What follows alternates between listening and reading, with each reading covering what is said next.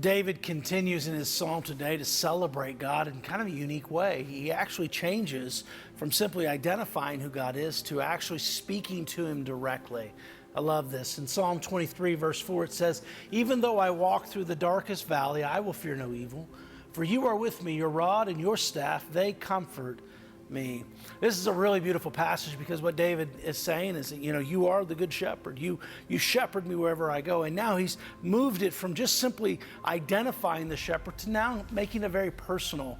He says, when I go through the darkest vale, I'm in the deepest of darknesses, you're there with me.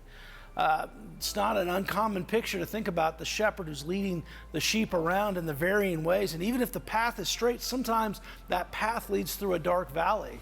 We forget that even as believers, that sometimes whatever we're going through in life, it may feel dark, and it may be because it's time for us to go through that valley. The beauty of what David says is that you're with me.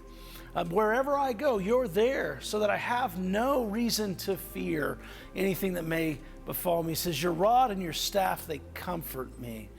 It's a beautiful picture.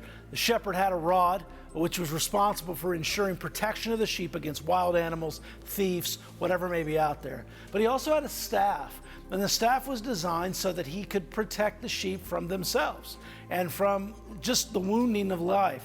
Every night when the shepherd would bring the sheep in, he'd hold the staff out in a certain way so the sheep could pass under it, so he could count them, and he could also examine them to see if they had been wounded. I want you to think about that today, about how God protects us from all those things that we deal with, from all the things that come at us, but he also reveals our wounds so he can tend to them.